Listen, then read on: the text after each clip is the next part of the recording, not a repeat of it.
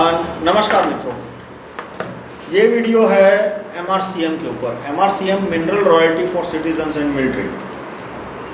MRCM के अनेकों फ़ायदों में सबसे बड़ा फ़ायदा है कि गरीबी कम हो जाएगी, और वो भी किसी प्रकार के टैक्स के बिना और फोकटखोरी के बिना, और वो भी सिर्फ 4 महीने में। कोई पंचवर्षीय प्लान नहीं है, सिर्फ 4 महीने में। आपको ये बात इम्पॉसिबल लगेगी, मैं एक्सप्लेन करूँगा। और कि ऐसा नहीं है कि अमीरों पे टैक्स डालना है। MRCM प्रपोजल ये नहीं है कि अमीर आदमियों को पैसा लूट के गरीबों पे दे दो। और सेना मजबूत होगी, और कन्वर्जन जो है, लोग बड़े पैमाने पे जो ईसाई बन रहे हैं गरीबी की वजह से, वो भी कम हो जाएगा। और ज़मीन के दाम कम हो जाएंगे, उससे उद्योग बढ़ेंगे। तो MRCM का कानून जो मैंने प्रपोज किया है वो ये है।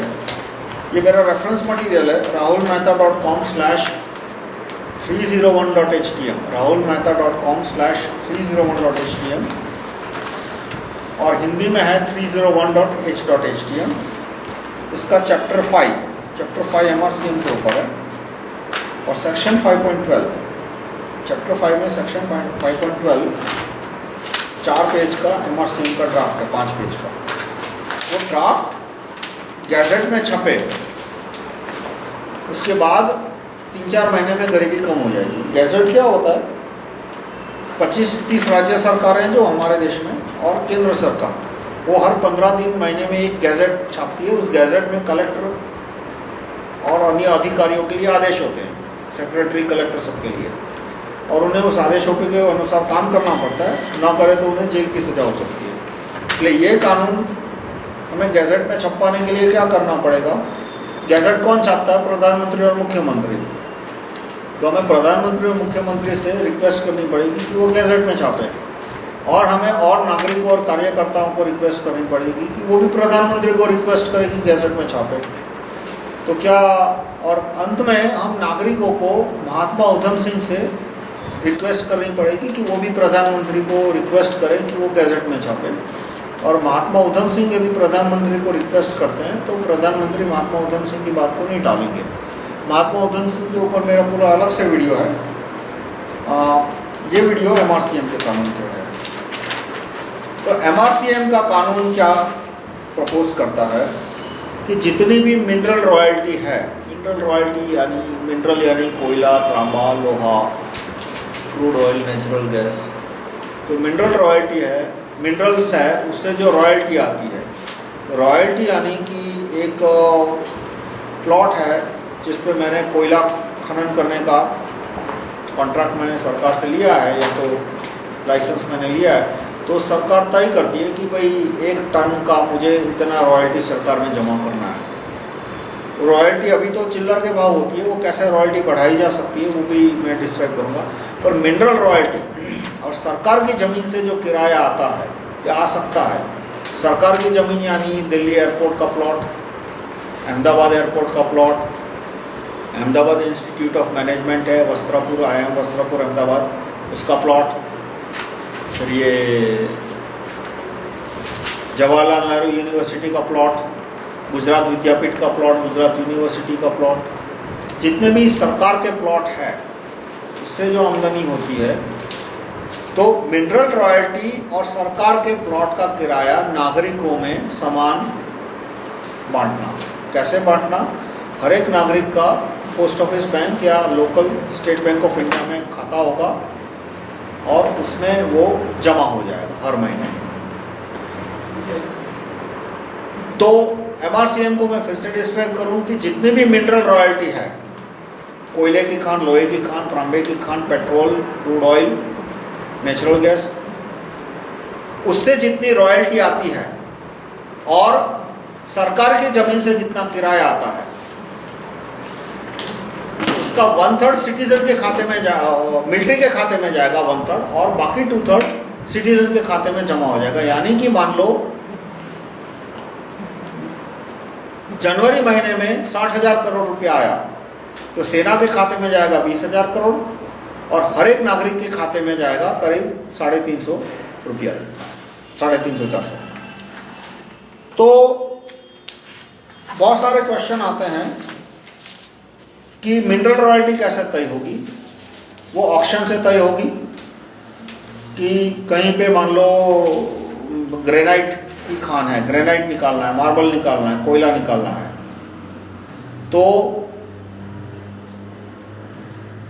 वहाँ पे ऑक्शन होगा और ऑक्शन में जो सबसे ज़्यादा दाम बोलेगा पर टन या पर क्यूबिक फीट, उसको वहाँ पे कॉन्ट्रैक्ट मिलेगा और वो उतनी रॉयल्टी जमा करेगा और उतना जितना उसने बोला है कि भाई यहाँ से तुम 10 लाख क्यूबिक फीट मार्बल निकाल सकते हो तो 10 लाख क्यूबिक फीट निकालेगा और उतना रॉयल्टी वो सरकार में जमा करेगा और वो रॉयल्टी सीधी सरकार के खाते में, नागरिक के खाते में जाएगी। मतलब पहले सारी रॉयल्टी एक खाते में जमा होगी, कंसोलिडेटेड फंड्स ऑफ इंडिया बोलते हैं उसे, और उसके बाद वो जितनी भी मिनरल रॉयल्टी और सरकार की ज़मीन का किराया वो सिटीजन के खाते में आएगा।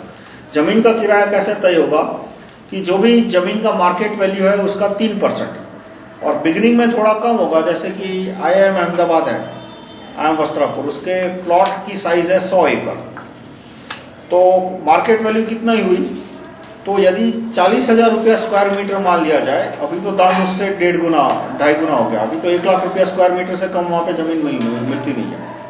ये मैंने लिखा था मई 2009 में, ये आर्टिकल लिखा था, सॉरी दिसंबर 2008 में, तब वहाँ पे दाम था स्क्वायर मीटर का 40,000 रुपया, तो IIM अहमदाबाद के प्लॉट की कीमत हुई 1400 करोड़, तो 3% यानी 4.2 करोड़ साल का उसे रेंट देना पड़ेगा, और मार्केट वैल्यू अभी वहाँ पे है 2 लाख रुपये स्क्वायर मीटर, तो उसके हिसाब से उसको रेंट 5 गुना यानी 20 करोड़ साल का देना पड़ेगा। फिर इसी तरह से एक और प्लॉट का एग्जांपल दूँ कि दिल्ली एयरपोर्ट की साइज़ है 5,000 एकड़, और वहाँ पे मैंने दाम रखा 1 लाख रुपया स्क्वायर मीटर, जो कि कम है। दिल्ली एयरपोर्ट के आसपास की ज़मीन है, वहाँ 3 लाख रुपया स्क्वायर मीटर से कहीं ज़मीन नहीं मिल रही, पर 1 लाख रुपया स्क्वायर मीटर मान लो तो प्लॉट की कीमत होती है 2 लाख करोड़, तो 3% के हिसाब से उसका इंटरेस्ट आएगा साल का 6,000 करोड़, तो उसे साल का 6,000 करोड़ रेंट जमा करना है, और अभी ज़मीन के दाम 3 गुने हो गए, तो उसे साल का 18,000 करोड़ जमा करना पड़ेगा रेंट। तो 3,000 करोड़ से हिसाब से रेंट कितना हुआ, 120 रुपया प्रति सिटीजन,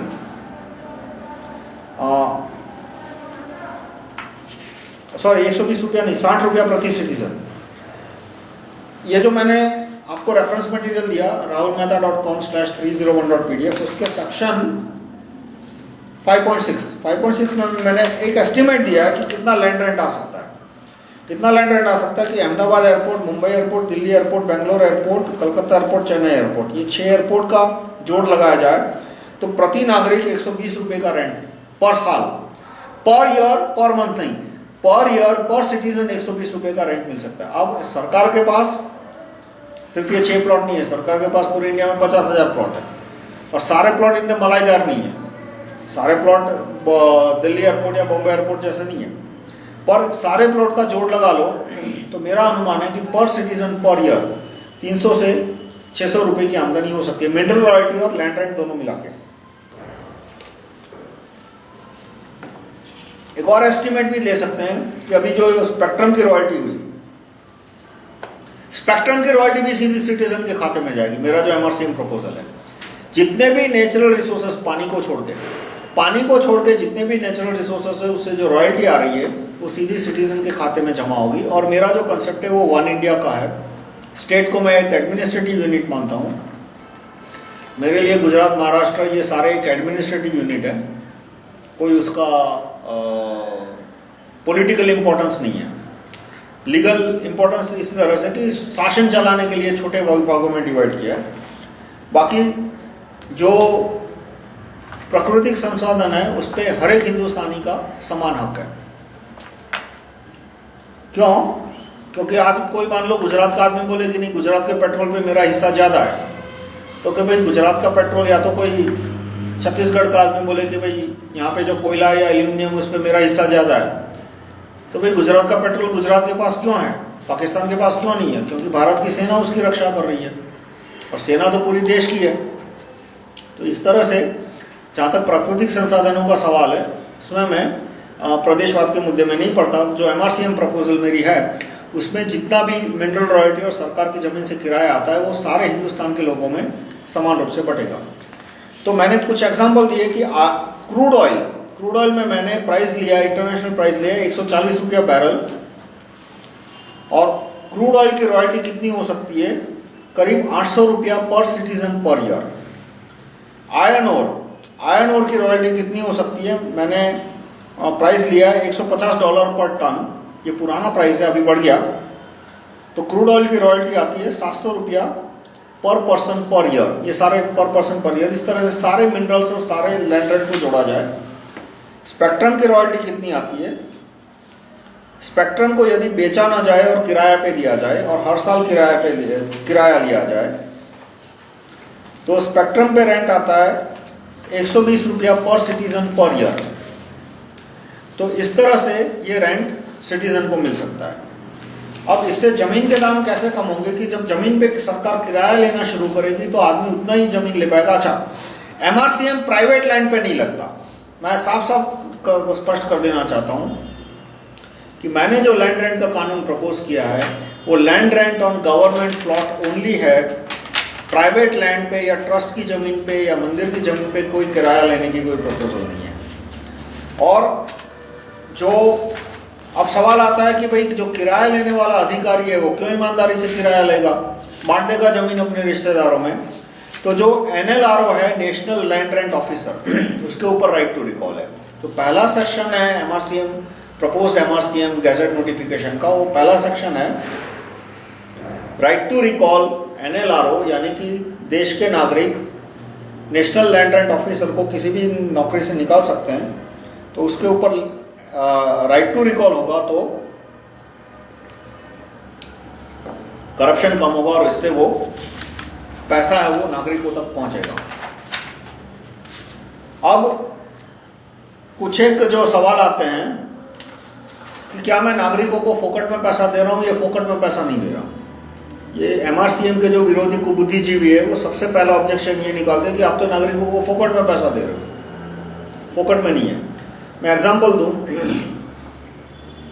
कि आपके पास घर हो तो किराया किसको मिलना चाहिए? आपके घर का भाई आपको ही मिलना चाहिए ना। आप यही कहोगे कि भाई मेरा घर है तो मुझे किराया मिलना चाहिए। सरकार को पुलिस चलानी है, अदालत चलानी है, तो चलो 15, 20, 30% इनकम टैक्स ले लिया, पर बाकी तो आपको किराया मिलना चाहिए। तब दूसरा सवाल मैं पूछता हूँ कि मान लो भाई आपके पास घर है और उसके 10 मालिक है, 10 फैमिली मेंबर है, तो किराया किसको मिलना चाहिए? तो कोई वो 10 आदमी को मिलेगा प्रोपोर्शन टू ओनरशिप। मान लो हर एक की सेम ओनरशिप है तो हर एक आदमी को 1/10 किराया मिलेगा। अब किसी प्लॉट के किसी फ्लैट के मान लो 100 ओनर है तो किराया किसको मिलेगा? तो 100 ओनर को मिलेगा। अब मैं एग्जांपल देता हूँ कि मान लो एक बहुत बड़ी कंपनी है, कोई भी कंपनी जिसके 1 करोड़ शेयर होल्डर है और उसके पास एक प्लॉट है। वो प्लॉट किसका है? उस कंपनी का। कंपनी यानी किसका? उसके शेयर होल्डर का। तो उसका किराया किसको मिलना चाहिए? तो कंपनी उसकी मालिक है तो उसका किराया उसके शेयर होल्डर को मिलेगा प्रोपोर्शनेट टू ओनरशिप। जिसके पास 10% शेयर है वो 10% किराया ले जाएगा। तो मैं आपको सवाल पूछता हूँ कि भाई ये दिल्ली एयरपोर्ट की जो प्लॉट है 5000 एकड़ का, उसका किराया किसको मिलना चाहिए? तो आप बोलोगे सरकार को। भाई सरकार क्या होता है? प्लॉट का मालिक कौन है? अहमदाबाद एयरपोर्ट का प्लॉट, अहमदाबाद IIM वस्त्रापुर का प्लॉट, गुजरात विद्यापीठ का plot, Ahmedabad airport, Mumbai airport, मालिक कौन है उसका? सरकार। पर आप कहोगे कि कंपनी मालिक है, कोई कंपनी का मालिक प्लॉट है, रिलायंस हो या कोई भी कंपनी हो, तो भाई अंत में तो मालिक इंडिविजुअल होता है ना। कंपनी का मालिक है यानी उसके शेयर होल्डर मालिक है। एक उसमें से एक आदमी का शेयर 50% है तो वो 50% मालिक हुआ, दूसरे का शेयर 5% है तो वो 5% मालिक हुआ। तो जो रिलायंस का जो ये अहमदाबाद एयरपोर्ट का प्लॉट है उसका मालिक कौन है? तो मैं कहूँगा ये उसके मालिक है। ये क्या है? ये इंडिया की वोटर लिस्ट है, 75 करोड़ नाम है, या तो 120 करोड़ सेंसस लिस्ट ले लो। तो वो 120 करोड़ अहमदाबाद एयरपोर्ट के प्लॉट के मालिक है, दिल्ली एयरपोर्ट के प्लॉट के मालिक है, सरकार मालिक नहीं है। देखो यहाँ मैं अपनी बात स्पष्ट कर देना चाहता हूँ। अधिकतर कुबुद्धिजीवी कहते हैं कि अहमदाबाद एयरपोर्ट की जमीन का मालिक स्टेट है, राज्य है, सरकार है, वो नागरिक को इसका मालिक नहीं मानते। और मैं साफ साफ बोल देता हूं कि इस बात पे मैं बहस नहीं चाहता, इस बात में मैं कोई बहस नहीं चाहता। इस प्लॉट के मालिक 120 करोड़ नागरिक है और इसलिए ये किराया मालिक के पास जाना चाहिए, 120 करोड़ नागरिक के पास। यानी ये फ्री इनकम क्यों नहीं है? कि जिस तरह से आपके घर का किराया आपको मिलना चाहिए, मेरे घर का किराया मुझे मिलना चाहिए, ये प्लॉट जो है सरकार की ज़मीन है उसका किराया नागरिक को मिलना चाहिए। दूसरा रॉयल्टी की बात, तो अब मैं आपको एक सवाल पूछूंगा और ये बहुत इंपॉर्टेंट सवाल है। ये सवाल सुनने के बाद आप वीडियो पॉज कर देना और सवाल का जवाब आपको मिले उसके बाद ये वीडियो आगे बढ़ाना। कि एक गांव है और उसमें 100 लोग रहते हैं और गांव में एक तालाब है और उस तालाब में हर साल 1 करोड़ लीटर की बारिश होती है,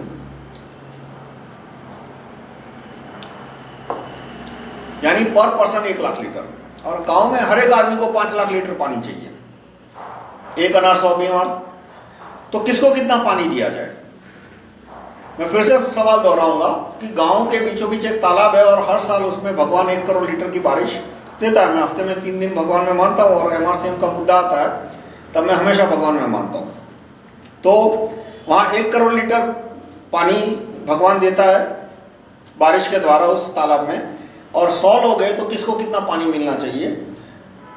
अब इसका आप जवाब ढूंढिए कि क्या जमीन के हिसाब से देना चाहिए कि एक आदमी के पास जमीन नहीं है तो उसको कुछ पानी ना दो और दूसरे के पास जमीन है तो उसको 4 गुना 10 गुना पानी दो। तो कहीं भगवान ने ऐसा कहा कि जब बारिश होगी तो उसी को मिलना चाहिए जिसके पास जमीन है? तो उसने यदि उसी को पानी देना था तो उसके खेत पे जाके बारिश करता, क्यों उसने तालाब में बारिश की? जो बारिश उसने तालाब में की, यदि उस आदमी भगवान को पानी जमीन के मालिक को देना होता तो उसकी जमीन पे ही बरसात कर देता सारी की सारी। तो मेरा इसमें जवाब बहुत स्पष्ट है कि भाई तालाब में 1 करोड़ लीटर की बारिश होती है, 100 लोग हैं तो हर एक आदमी का हिस्सा 1 लाख लीटर, ना ज़्यादा ना कम।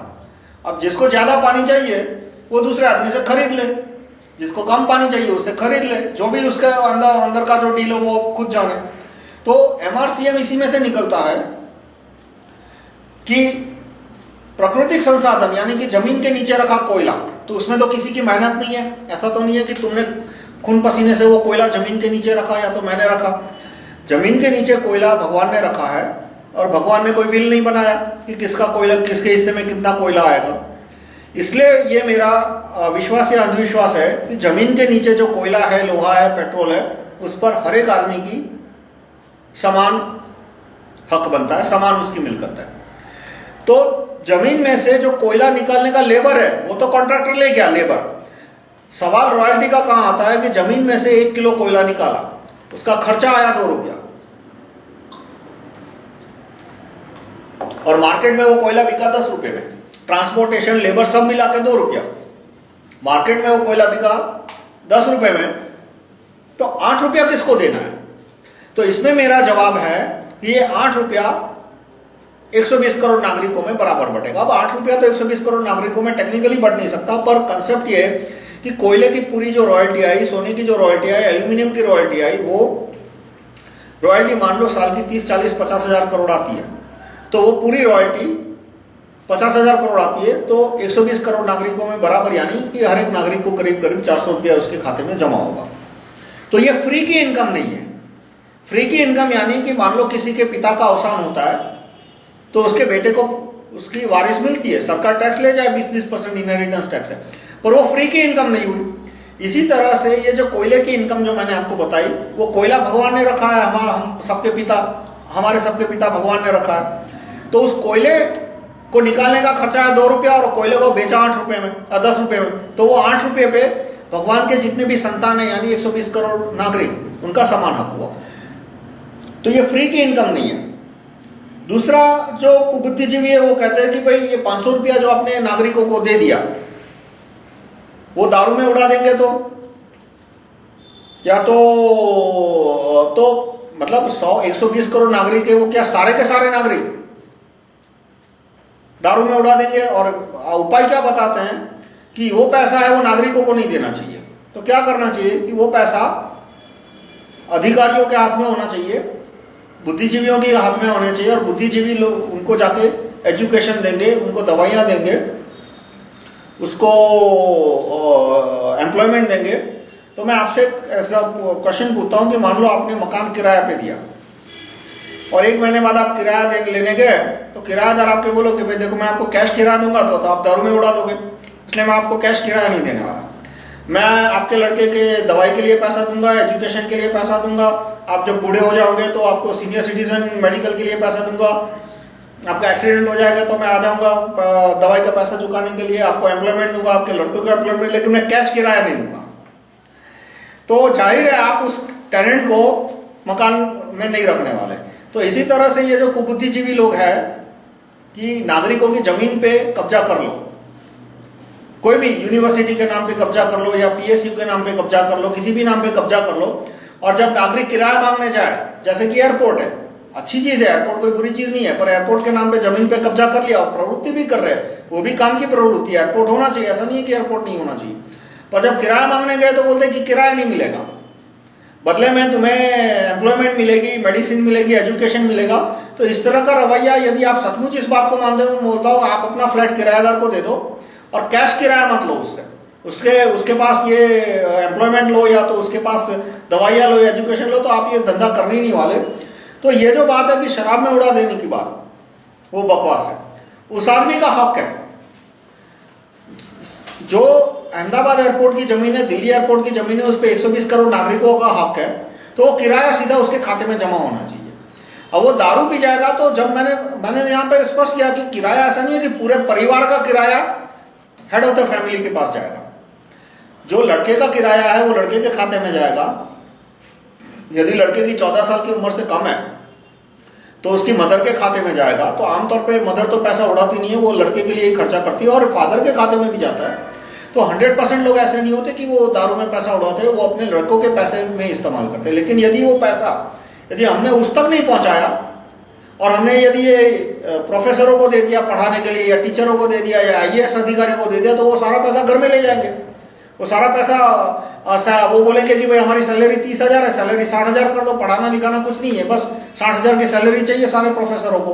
तो इस तरह से ये जो बात है कि नागरिकों को पैसा नहीं मिलना चाहिए, वो गलत है। फिर तर्क आता है कि यदि पैसा मिला तो लोग आलसी हो जाएंगे।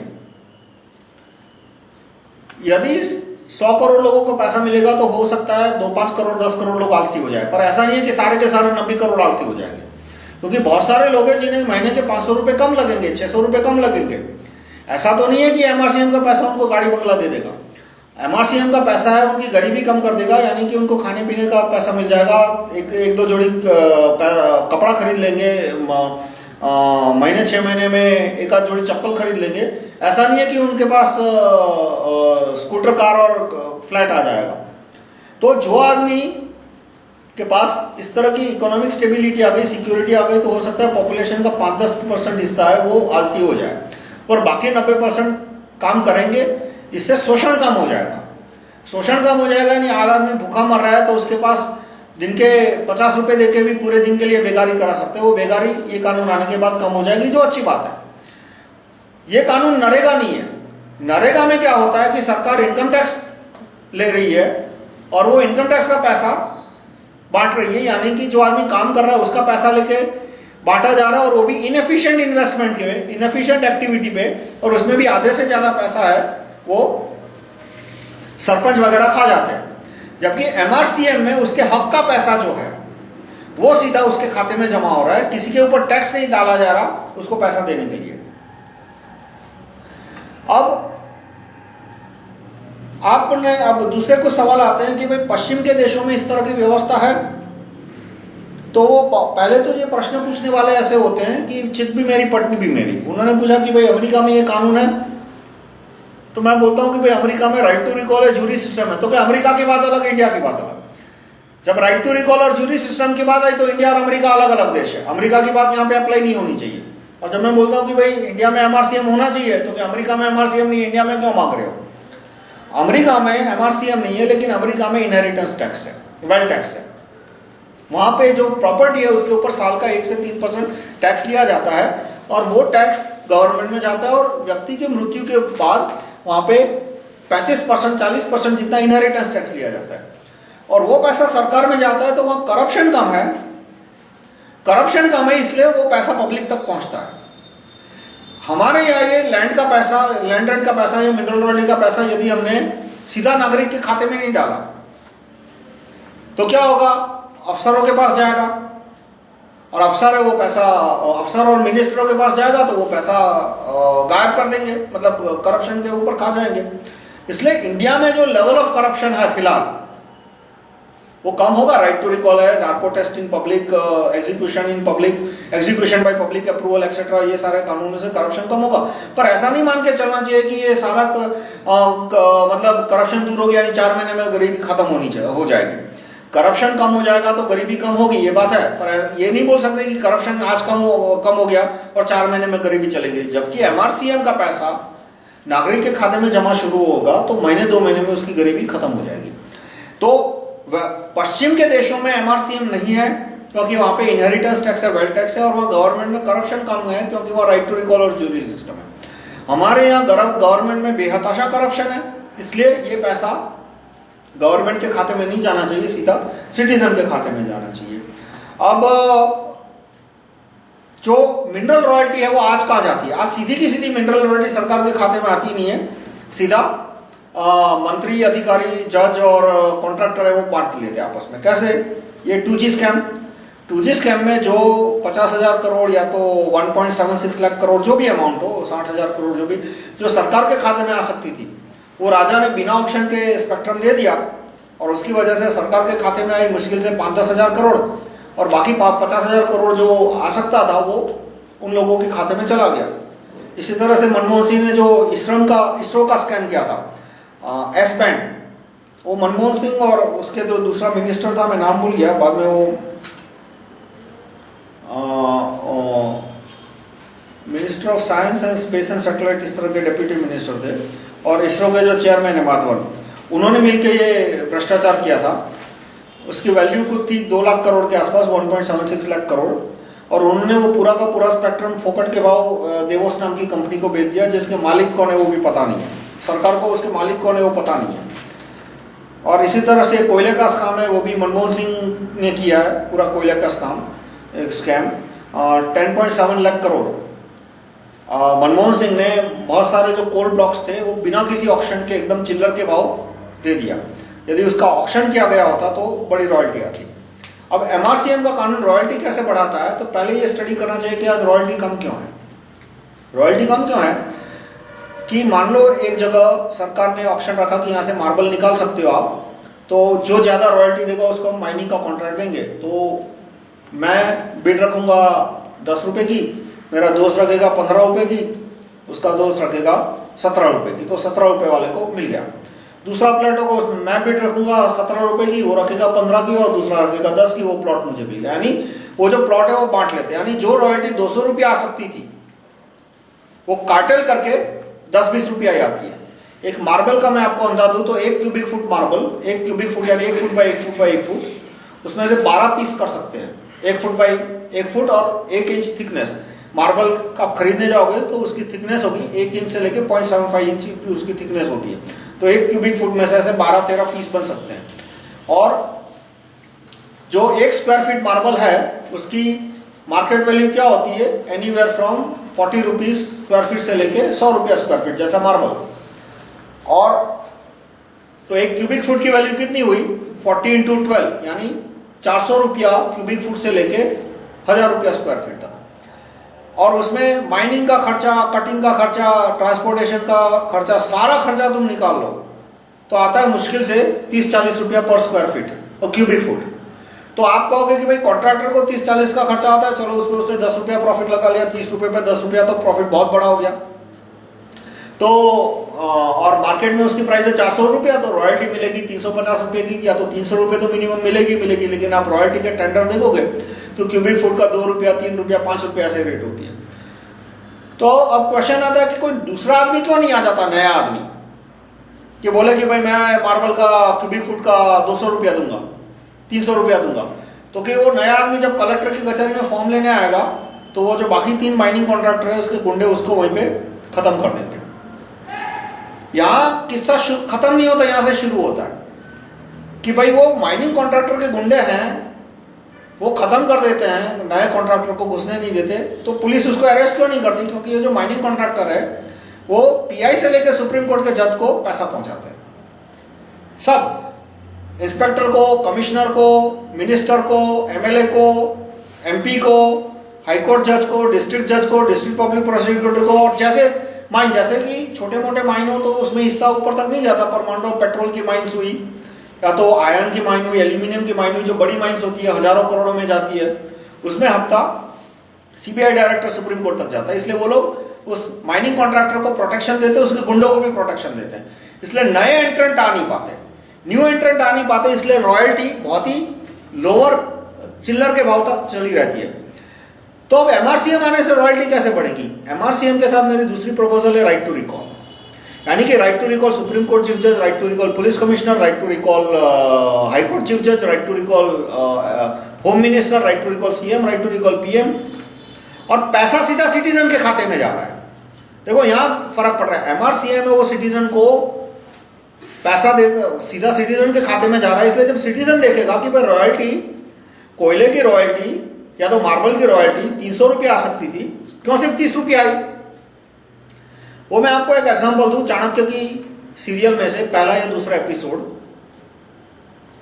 कि नगर के लोगों को पता चला, राज्य के अधिकारियों को पता चला कि राजा है वो राजकोष में से हजारों मुद्राएं चुरा के ले जा रहा है, तो किसी ने कोई परेशानी नहीं जताई कि हाँ ठीक है, होता है, बुरा है, वो नहीं होना चाहिए।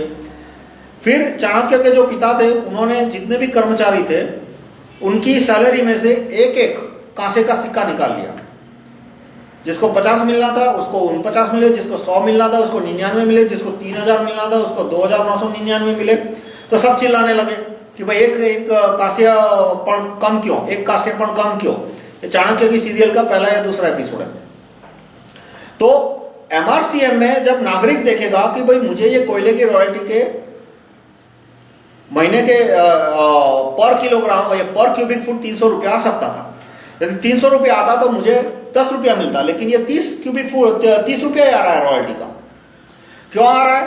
क्योंकि वो कॉन्ट्रैक्टर है जो कि 30 रुपये से ज्यादा नहीं दे रहे, बिड नहीं डाल रहे। तो कि भाई ये 4 कॉन्ट्रैक्टर है जो 30-30 रुपये की बिड डाल रहे हैं, तो नया आदमी क्यों नहीं आ रहा? 200-300 की बिड, इतना सारा प्रॉफिट मेकिंग बिजनेस है। तो कि भाई नया आदमी आता है तो उसके गुंडे उसको मार के भगा देते हैं। तो कि भाई गुंडे मार के भगा देते हैं तो पुलिस उन गुंडों को नार्को टेस्ट क्यों नहीं लेती, उनको अरेस्ट क्यों नहीं करती, उनको जेल में क्यों बंद नहीं करती? तो कि भाई वो माइनिंग कॉन्ट्रैक्टर है, वो पुलिस कमिश्नर को पैसा दे देते हैं, इसलिए वो अरेस्ट नहीं होता। और कभी कभी अरेस्ट हो जाते हैं तो माइनिंग कॉन्ट्रैक्टर जज को पैसा दे देता है, तो जज उन्हें छोड़ देता है। तो राइट टू रिकॉल का पावर सिटीजन के पास आएगा तो सिटीजन दूसरे मिनट कहेगा कि कमिश्नर को भी नौकरी से निकालो, उसका नार्को टेस्ट लो कि वो रिश्वत लेता है या नहीं। जज को भी नौकरी से निकालो, उसका भी पब्लिक में नार्कोस ले लो कि वो उसने वकीलों के साथ उसकी रिश्तेदारी है, सांठगांठ है और वो इस तरह से गैंग से पैसा लेता है नहीं। तो अपने आप जब एकाध कमिश्नर की नौकरी जाएगी और एकाध का पब्लिक में नार्को टेस्ट होगा और उसके बाद उसको 5-7 साल की जेल होगी, तो सारे कमिश्नर ये माइनिंग कॉन्ट्रैक्टर से रिश्वत लेने का काम बंद कर देंगे, तो और गुंडों को जेल भेजना शुरू करेंगे। और गुंडों को जेल भेजना शुरू करेंगे तो अपने आप नए एंट्रेंट जो है, जो कॉन्ट्रैक्ट देना चाहते हो, वो उनकी संख्या बढ़ेगी। तो जो बिडिंग का 10-20 रुपया मिलता है, उसी पे मिनरल रॉयल्टी सीधी 300-400 रुपया हो जाएगी। तो इस तरह से एमआरसीएम का कानून है वो सिटीजन को एक्शन लेने के लिए मोटिवेट करता है। सिटीजन को ये कहा जाए कि भाई आप कमिश्नर को निकालो, क्यों? तो कमिश्नर को निकालोगे तो गुंडागर्दी कम होगी। तो ठीक है, गुंडागर्दी मेरे घर के पास तो नहीं हो रही, वो खान में गुंडागर्दी चल रही है, तो क्या फर्क पड़ेगा कि भाई गुंडागर्दी वहां कम होगी तो मिनरल रॉयल्टी बढ़ेगी। तो मिनरल रॉयल्टी से क्या होगा? तो सरकार की आमदनी बढ़ेगी। लेकिन आप यहाँ कहकर रुक जाओगे कि सिर्फ सरकार की आमदनी की बढ़ेगी, तो कुछ ऑर्डिनरी सिटीजन को मोटिवेट करने के लिए पर्याप्त नहीं है। एमआरसीएम का कानून कहता है कि सरकार की आमदनी बढ़ेगी तो 1/3 सेना के खाते में जाएगा और 2/3 सीधा सिटीजन के खाते में जाएगा। यानी सिटीजन सोचेगा कि यदि ये गुंडागर्दी चालू रही माइनिंग बिजनेस में तो मेरी आमदनी कम हो जाएगी, इसलिए ये गुंडागर्दी को सपोर्ट करने वाले जितने भी पुलिस कमिश्नर है, एमएलए, एमपी, मिनिस्टर, हाईकोर्ट जज, सुप्रीम कोर्ट जज, पब्लिक प्रोसिक्यूटर है, सबको नौकरी से निकालो। और वो राइट टू रिकॉल के द्वारा इनको नौकरी से निकालेगा और इससे माइनिंग रॉयल्टी बढ़ेगी। तो एमआरसीएम का कानून आने से गवर्नमेंट की इनकम बढ़ेगी कि जो आज मिनरल रॉयल्टी चिल्लर के भाव जाती है, एकदम चिल्लर के भाव, वो मिनरल रॉयल्टी बढ़ के अभी जितनी मिनरल रॉयल्टी है उससे 10-20 गुना हो जाएगी। तो भले 1/3 को सिटीजन में चला जाए, लेकिन टोटल पैसा जो आज सरकार के खाते में हो रहा है उससे डबल 3 गुना हो जाएगा। अब जो तो इसमें नुकसान किसको है? नुकसान सिर्फ उन माफियाओं को है जो कि मिनरल रॉयल्टी पर कब्जा करके बैठे हैं और ये जो पुलिस और आईएएस और आईपीएस और मिनिस्टर, एमपी, एमएलए और जुडिशरी के लोग हैं जो ये माफिया से, माइनिंग कॉन्ट्रैक्टर से, माफिया कॉन्ट्रैक्टर से जिनको पैसा मिलता है, उनकी आमदनी कम होगी। सरकार की आमदनी एमआरसीएम से कम नहीं होने वाली। अब जो दूसरा टेक्निकल क्वेश्चन आता है कि भाई 110 करोड़ लोगों तक पैसा पहुंचाना है, 120 करोड़ लोगों तक 120 करोड़ लोगों तक पैसा पहुंचाना है, तो क्या ये मुमकिन है? बिल्कुल मुमकिन है। मैंने कैलकुलेशंस भी इसमें दिए हैं सेक्शन 5.14 में कि मान लो आज मान लो नहीं, आज की तारीख में एक स्टेट बैंक का क्लार्क है, कैशियर, वो दिन में मिनिमम 250 रुपया, 250 सेल्फ चेक जो कैश चेक होते हैं, सेल्फ चेक एंड कैश करता है 250, यानी महीने के 25 दिन गिन लो वर्किंग डेज, तो 6000 जितने हुए। यानी 120 करोड़ लोगों में से वयस्क नागरिक हुए 72 करोड़, सारे 120 करोड़ को भी पहुंचाने हैं तो डिवाइड बाई 6000 यानी करीब 2 लाख क्लार्क चाहिए। अभी स्टेट बैंक ऑफ इंडिया के पास कितने क्लार्क है? कुछ 4 लाख। सारे पीएसयू बैंक मिला के कितने क्लार्क है? कुछ 7-8 लाख। तो 2 लाख क्लार्क ऐड करें इसमें, तो सारे 120 करोड़ नागरिक तक हर महीने में एक कैश पेमेंट पहुंच सकता है। और इसकी भी जरूरत नहीं पड़ेगी, क्योंकि हमें यदि वयस्क नागरिकों तक पहुंचाना है तो 72 करोड़ हुए, तो 72 करोड़ से आंकड़ा और भी कम होकर 2 लाख से कम होकर 1.5 लाख जितना हो गया। और बहुत सारे नागरिक है जो कि एटीएम यूज कर सकते हैं, तो वो सीधा पैसा एटीएम से ले लेंगे। बहुत सारे नागरिक का तो ऑलरेडी चेकिंग अकाउंट है, तो इस तरह से एटीएम के जरिए सब आ सकता है। इसके द्वारा फाइनली कितने एक्स्ट्रा क्लार्क की जरूरत पड़ेगी? हर एक आदमी को यदि महीने के 300-400 रुपया कैश तक पहुंचाना हो तो शायद 40-50 हज़ार, यानी अभी जो स्टाफ है 8 लाख का, उसमें सिर्फ 50,000 1 लाख क्लार्क ऐड करने की जरूरत पड़ेगी। और उसका एक्सपेंस आएगा पर पेमेंट कुछ 5-1 रुपया, यानी हर एक नागरिक को हर महीने यदि 500 रुपया पहुंचाया जा रहा है तो उसका क्लरिकल कॉस्ट जो है वो 5 से 7 रुपया से कम है, और एटीएम के आने के बाद वो और भी कम हो जाएगी। अब जो एमआरसीएम के विरोधी होते हैं, जब उनको कुछ नहीं मिलता तो वो तर्क लगा देते हैं कि ये कम्युनिस्ट सिस्टम है, और इसका कम्युनिज्म से कोई लेना देना नहीं है। पहले तो एमआरसीएम की बात मैंने अक्टूबर 1998 में की, पर एमआरसीएम की बात थॉमस पेन ने 1790 में की थी। थॉमस पेन अमेरिका के क्रांतिकारी, उन्होंने एक निबंध लिखा था एग्रेरियन जस्टिस। एग्रेरियन जस्टिस में उन्होंने कहा था कि जितनी भी जमीन है सरकार की और प्राइवेट, उन्होंने तो प्राइवेट जमीन को भी नहीं छोड़ा, मैं तो एमआरसीएम में सिर्फ सरकारी जमीन की बात कर रहा हूं। थॉमस पेन ने कहा कि जितनी भी जमीन है सरकार या प्राइवेट, उस सब पे किराया लिया जाए और वो किराया नागरिकों में समान बांटा जाए। ये बात कही थी उन्होंने 1790 में। और कार्ल मार्क्स का जन्म हुआ था 1880 में, यानी मार्क्सिज्म से इसका कोई लेना देना ही नहीं है। और कार्ल मार्क्स ने ये कम्युनिज्म वगैरह की थ्योरी रखी थी 1850 के आसपास। तो एमआरसीएम का कार्ल मार्क्स से कोई लेना देना नहीं है। एमआरसीएम की बात अथर्ववेद में भी लिखी है। अथर्ववेद में लिखा है अहम राष्ट्रीय वसुनाम संगमनी। अहम का अर्थ है मैं, वसुनाम यानी वसु यानी पृथ्वी के तत्व, वसुंधरा कहते हैं पृथ्वी, क्योंकि वो सारे वसुओं को धारण करती है। अहम वसुनाम, अहम राष्ट्रीम वसुनाम, राष्ट्रीम शब्द का अर्थ है राष्ट्र की देवी यानी राष्ट्र। संगमनी यानी साथ लेकर चलती हूँ, यानी मैं उसकी मालिक हूँ, यानी मैं राष्ट्र की देवी सारे प्राकृतिक संसाधनों की मालिक हूँ। यानी जितना भी जमीन है, पानी है, कोयला है, उसका मालिक राष्ट्र है, एक व्यक्ति नहीं है। ये बात एमआरसीएम में, ये बात अथर्ववेद में स्पष्ट लिखी गई है। तो इस तरह से एमआरसीएम का कम्युनिज्म से कोई लेना देना नहीं है। दूसरा, एमआरसीएम में मैंने इतने कहा है कि जो नेचुरल रिसोर्सेस है वो सिटीजन के मालिक है। कम्युनिज्म यह कहता है कि फैक्ट्रियां भी गवर्नमेंट की प्रॉपर्टी है। मैंने साफ साफ अपने बाकी चैप्टर उसमें लिखा है कि जितनी भी फैक्ट्रियां वगैरह है, मीन्स ऑफ प्रोडक्शन जिसे कहा जाता है, उस पर प्राइवेट मालिकी होगी, कुछ कुछ के सरकारी भी हो, जैसे कि सेना की फैक्ट्रियां हैं उस पर गवर्नमेंट की मालिकी होगी। पर प्राइवेट आदमी को फैक्ट्री बनाने से, मकान बनाने से, या तो उसको कोई दुकान खोलनी हो, उसमें मैंने कहीं भी किसी भी एंगल से कहीं रोक नहीं डाली। ऊपर से मैं उसको प्रमोट करता हूँ, मैं उसमें बिलीव करता हूँ। तो एमआरसीएम कम्युनिज्म बोलता है कि हर एक चीज पे गवर्नमेंट की मालिकी होगी। एमआरसीएम इतना ही कहता है कि ये प्लॉट जमीन सरकार की जमीन, और नेचुरल रिसोर्सेस, इस पे पब्लिक की मालिकी होगी। दूसरा कम्युनिज्म है, वो एक वेग कंसेप्ट है, मार्क्सिज्म वेग कंसेप्ट है। मार्क्स ने कभी गैजेट नोटिफिकेशन के ड्राफ्ट नहीं दिया, एमआरसीएम में एक एक चीज लिखी हुई है कि क्या है क्या नहीं है, वो सब लिखा हुआ है। दूसरा कम्युनिज्म में पैसा जो आता है वो सरकार के पास जाता है और सरकार की अधिकारी तय करते हैं कि क्या करना चाहिए। एमआरसीएम में पैसा सीधा सिटीजन के पास जाता है, यानी मार्क्सिज्म और कम्युनिज्म का बिल्कुल अपोजिट हो गया यहाँ पे। और अंत में मार्क्सिज्म में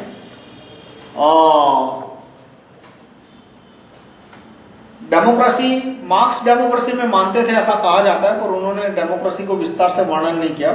जितने भी कम्युनिस्ट कंट्री है थे उसमें भी डेमोक्रेसी को इतनी खास नहीं थी, जबकि एमआरसीएम में डेमोक्रेसी बिल्ट इन है। बिल्ट इन कैसे कि जो इसका एपेक्स ऑफिसर है, सबसे ऊपर जो officer national land rent officer, उसके ऊपर राइट टू रिकॉल है, यानी कि पब्लिक उसे निकाल सकती है। और अलग अलग लेवल जो छोटे अफसर है क्लार्क लेवल के, उनके ऊपर च्यूरी सिस्टम है। यानी एमआरसीएम 100% डेमोक्रेटिक कंसेप्ट है, जबकि कम्युनिज्म डेमोक्रेटिक हो या ना हो, लेकिन कम्युनिज्म के जितने इम्प्लीमेंटेशन थे वो डेमोक्रेटिक नहीं थे। इस तरह से एमआरसीएम और कम्युनिज्म को कोई लेना देना नहीं है। अब यहां तक कि मैं कहूंगा कि एमआरसीएम का कैपिटलिज्म से कितना लेना देना है, तो मैं आपको थॉमस जेफरसन का एक कोट कहूंगा। थॉमस जेफरसन जो कि अमेरिका कैपिटलिस्ट कंट्री और सच्चे अर्थ में कैपिटलिस्ट कंट्री था, अभी ये बैंकिंग सिस्टम और आगे उसकी वजह से वो क्रॉनिक कैपिटलिज्म हो गया, लेकिन यूँ समझो कि 1780 से लेके 1850 तक, 1780 से लेके फेडरल रिजर्व की स्थापना हुई 1910 के आसपास, 1920 के आसपास। 1910 तक it was an honest capitalist country. तो उसके फाउंडर थॉमस जेफरसन ने क्या लिखा है, it is a moot question whether origin of any kind of property is derived from nature at all. It is agreed by all those who have seriously considered the subject that no individual has of natural right a separate property in an acre of land. By universal law, indeed, whatever which is fixed or movable belongs to all men equally. मैं फिर से बोलता हूँ, ये Thomas Jefferson ने लिखा है कि जितनी भी जमीन है उस पर हर एक आदमी का समान अधिकार है। By universal law, whatever that is fixed or movable belongs to all men equally. And in common property, and in common is property of the moment of the person who occupies it. तो इस तरह से जमीन की property को अधिकतर लोगों ने सारे नागरिकों की संपत्ति माना है। और मैं इसमें वो भी कंसेप्ट पूरा अप्लाई नहीं करा, मैं इतना ही कह रहा हूं कि जो जमीन किसी प्राइवेट आदमी के पास नहीं है, ट्रस्ट के पास नहीं है, यानी कहने के लिए गवर्नमेंट के पास है, उसी जमीन को किराया पे दिया जाए और किराया नागरिकों में बांटा जाए। जो माइनिंग बिजनेस है उसमें रॉयल्टी कम क्यों है, आप देखोगे कि जो उसमें गुंडागर्दी होती है, और उस माइनिंग में रॉयल्टी सिटीजन को नहीं जाती, और ये जो प्राइवेट लोग खा जाते हैं, नेता अधिकारी, उसकी वजह से क्राइम होते हैं। जैसे ये सोहराबुद्दीन का जो एनकाउंटर केस है वो भी माइनिंग बिजनेस से रिलेटेड है कि राजस्थान में जो माइनिंग बिजनेस था वो एक बड़े फैमिली है जो कि 7 पीढ़ी से 7-8 पीढ़ी से अंग्रेजों के ज़माने से भी नहीं, बहादुर शाह जफर के ज़माने से वो माइनिंग बिजनेस उस एरिया में कंट्रोल करते हैं। और बीजेपी उनको हटा के अपने कॉन्ट्रैक्टर को रखना चाहती थी। तो उसमें जो बिजनेस फैमिली था उसने सोहराबुद्दीन को बोला कि भाई तू एक बीजेपी के आदमी का मर्डर कर दे। तो उसने मर्डर कर दिया। तो बीजेपी की इज्जत का सवाल हो गया कि भाई इस तरह से सोहराबुद्दीन हमारे आदमी का मर्डर करेगा तो हमारे आदमी हमें छोड़ के चला जाएंगे। तो उन्होंने सोहराबुद्दीन का मर्डर कर दिया, एनकाउंटर किया। और अब जो बिजनेस फैमिली था और कांग्रेस, उसकी इज्जत की सवाल हो गई कि इस तरह से हमारे गुंडे एक के बाद एक मरने लगे तो हमारे गुंडे गैंग छोड़ के चले जाएंगे। तो उन्होंने सुप्रीम कोर्ट के न्यायाधीशों को बोला, तो 3 महीने के अंदर SIT आ गई और 5 IPS ऑफिसर अभी जेल में सड़ रहे हैं। यहाँ भी देखने जैसी बात है कि कर्नल सावे नाम का एक ईमानदार अफसर था, रिटायर्ड कर्नल था और वो मछुआरों के हित के लिए लड़ रहा था। तो DYSP नरेंद्र अमीन उसने उसकी अरेस्ट किया। तो वो चल के पुलिस थाने में गया और वहाँ उसकी पिटाई कर करके उसको मार डाला, पुलिस कस्टडी में उसको मार डाला और खूब बुरी तरह से उसको पीटा था। उसका सर है वो दीवार के साथ पटका था, जमीन के साथ पटका था। उसके पूरे बॉडी पे अनगिनत फ्रैक्चर थे। उसके सर में उसके दिमाग में उसके खोपड़ी के टुकड़े घुस गए थे। 15 साल वो आदमी कोमा में रहा। ये उसकी मौत हुई 1999 में। 15 दिन वो जेल में कोमा में रहा, उसके बाद उसकी मौत हुई और सुप्रीम कोर्ट ने कोई एक्शन नहीं लिया उसके मर्डर केस पे। और यहाँ एक गुंडे का एनकाउंटर होता है तो 5 IPS अफसर जेल में पड़े हैं। एक रिटायर्ड कर्नल को पुलिस कस्टडी में मौत होती है और सुप्रीम कोर्ट कोई एक्शन नहीं लेती, और एक गुंडा मारा जाता है तो 5 IPS अफसर जेल में है, चाहे वो भी 5 साल से केस चल रहा है। क्यों? क्योंकि वो माइनिंग बिजनेस में एक अहम भूमिका निभा रहा था। इतना पावर है माइनिंग बिजनेस में और इतना पैसा है कि 5 IPS अफसर जेल में चले जाते हैं एक उस किस्से को लेके। तो माइनिंग बिजनेस के बारे में कि माइनिंग का पैसा सीधा पब्लिक में आना चाहिए, वो बात की हर एक पार्टियां विरोध करती है। वो सारी पार्टियां जो है, बड़ी पार्टियां CPM, BJP, कांग्रेस और फिर ये मायावती, मुलायम जो भी है, और जितने नामी कार्यकर्ता है, द अन्ना, द छोटे अन्ना, वो भी माइनिंग का पैसा सीधा सिटीजन में नहीं आना चाहिए ऐसा मानते हैं। जो मेरी MRCM की प्रपोजल है उसको आज तक राजीव दीक्षित जी के सिवा किसी ने सपोर्ट नहीं किया। अब माइनिंग का पैसा कितना है उसका 2-3 तरह से अंदाज लगा सकते हो। तो इंडियन पॉलिटिक्स की बात कही, पर अमेरिका ने जो लीबिया पे अटैक किया, इराक पे अटैक किया, वो क्यों किया? माइनिंग की वजह से। पेट्रोल, वहाँ पे लोहा कोयला नहीं है पर पेट्रोल नंबर 1 रॉयल्टी है पेट्रोल में। जो $140 बैरल है उसकी एक्सट्रैक्शन कॉस्ट मुश्किल से $20 होती है, हार्डली $20-25 उसकी एक्सट्रैक्शन कॉस्ट होती है। बाकी सारा पैसा जो है वो उसमें से $10-15 रॉयल्टी मिलती होगी देश को, सऊदी अरेबिया को या उसको, और बाकी जो सारा पैसा है वो अमेरिका की कंपनी है वो खा जाती है। सऊदी अरेबिया और कुवैत की बात कर रहा हूँ, और इराक की बात कर रहा हूँ। इराक में भी सारे जो पेट्रोल के कुएँ हैं वो अमेरिका के कंपनियों के पास है, और 20 साल का कॉन्ट्रैक्ट किया है गवर्नमेंट के साथ। कॉन्ट्रैक्ट यानी क्या, जो इराक की अमेरिका की सेना वहाँ पे थी, तो अमेरिका की कंपनियों ने जो इराक के नए चुने हुए प्रेसिडेंट वगैरह थे उनको बोला कि भाई ये कॉन्ट्रैक्ट पे साइन कर दो वरना हमारी सेना है अभी तुमको ख़त्म कर देगी। तो उनको कॉन्ट्रैक्ट पे साइन करने पड़े। तो सारे तेल के कुएं भी अमेरिका की कंपनियों के अंडर में।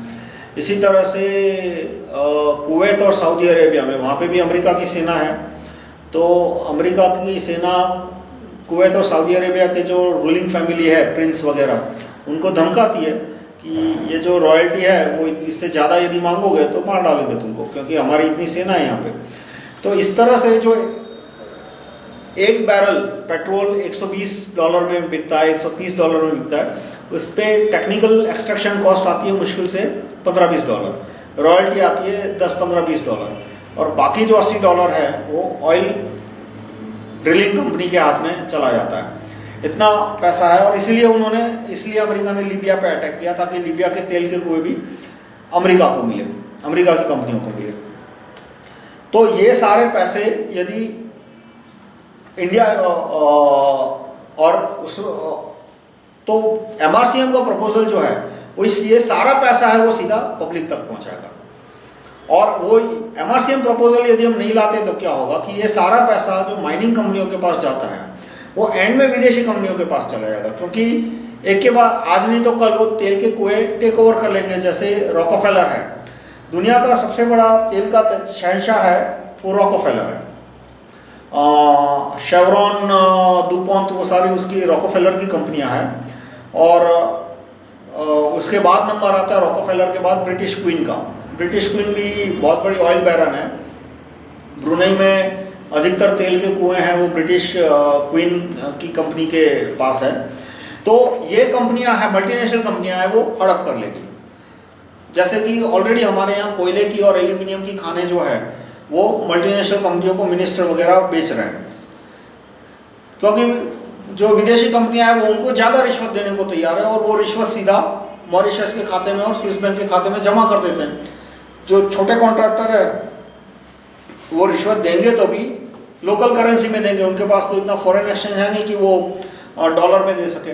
और दूसरा जो मिनिस्टर है वो क्या सोचता है कि यदि ये माइनिंग ब्लॉक है, मैं 1000 छोटे कॉन्ट्रैक्टर को देता हूँ तो हो सकता है रॉयल्टी ज़्यादा है, हर एक आदमी मुझे 1-1 करोड़ देता है, तो चलो 1000 करोड़ आता है, पैसा भी ज़्यादा आएगा, पर मैं कहाँ 1000 लोगों से 1-1 करोड़ लेना चाहूँ। उसके बजाय यदि एक मल्टीनेशनल कंपनी आके मुझे सीधा 500 करोड़ दे देती है, तो मेरा एक ही दिन में सारा ट्रांजैक्शन खत्म और किसी को पता भी नहीं चलेगा। पब्लिक में मैं ये रेपुटेशन मेरी बनी रहेगी कि मैं पैसा नहीं लेता, क्योंकि यदि मिनिस्टर, चीफ मिनिस्टर या कोई भी 1000 छोटे बिजनेसमैन से 1-1 करोड़ लेता है, छोटे माइनिंग कॉन्ट्रैक्टर से, तो वो एक्सपोज हो जाएगा। लेकिन यदि वो एक मल्टीनेशनल कंपनी से 500 करोड़ लेता है, तो वो आसानी से उसको एक्सपोज करना, मतलब उसको एक्सपोज करना आसान नहीं है।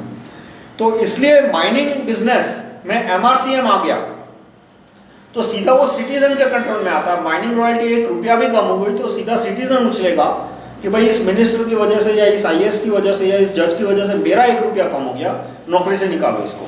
तो किसी मिनिस्टर की, IAS की, IPS की, जज की हिम्मत नहीं होगी कि वो ऐसा काम करे कि जिससे माइनिंग रॉयल्टी कम हो। तो मैं समराइज करता हूँ, rahulmehta.com/301.htm वो रेफरेंस मटेरियल है मेरा। उसके चैप्टर 5 में मैंने MRCM का कानून प्रस्तावित किया है। वो MRCM का कानून मैं आपसे रिक्वेस्ट करूंगा कि आप PM को कहें कि वो गैजेट में छापे, और आप महात्मा उधम सिंह को विनती करें कि वो PM को विनती करें कि PM इसे गैजेट में छापे। MRCM का कानून क्या कहता है कि जो मिनरल रॉयल्टी है और सरकार की जमीन है, उससे जो किराया आ रहा है, वो किराया 1/3 सेना के खाते में जाएगा और बाकी 2/3 सीधा सिटीजन के खाते में जाएगा। और फाइनली एक पॉइंट बचा कि इससे आबादी बढ़ेगी। भाई मिनरल रॉयल्टी दे रहे हो तो हर एक आदमी कहेगा कि मैं ज़्यादा बच्चे पैदा करूंगा, ऐसी बात नहीं है। इससे आबादी कम होगी। आबादी कम कैसे होगी? तो MRCM का ड्राफ्ट मैंने लिखा है सेक्शन 5.12 में। 5.12 में है सेक्शन 4.9, क्लॉज 4.9 में मैंने लिखा है कि ये कानून पास होने के 1 साल बाद, यदि किसी आदमी का एक भी लड़का नहीं है तो उसको 33% ज़्यादा रॉयल्टी मिलेगी, 66% ज़्यादा रॉयल्टी मिलेगी। उसका एक लड़का है, सिर्फ एक, तो 33% ज़्यादा रॉयल्टी मिलेगी। और 2 लड़के हैं तो नॉर्मल रॉयल्टी मिलेगी, लड़के या लड़की। और यदि तीसरा संतान है तो उसकी रॉयल्टी 33% कम हो जाएगी। और चौथा संतान आता है तो रॉयल्टी 66% कम हो जाएगी। तो अपने आप जो गरीब व्यक्ति है वो ये कानून आने के बाद कम लड़के पैदा करेंगे। तो जो 4 लड़के पैदा कर रहे हैं वो 3 करेंगे, जो 3 कर रहे हैं वो 2 करेंगे, शायद जो 4 कर रहे हैं वो भी इसके बाद 2 करेंगे।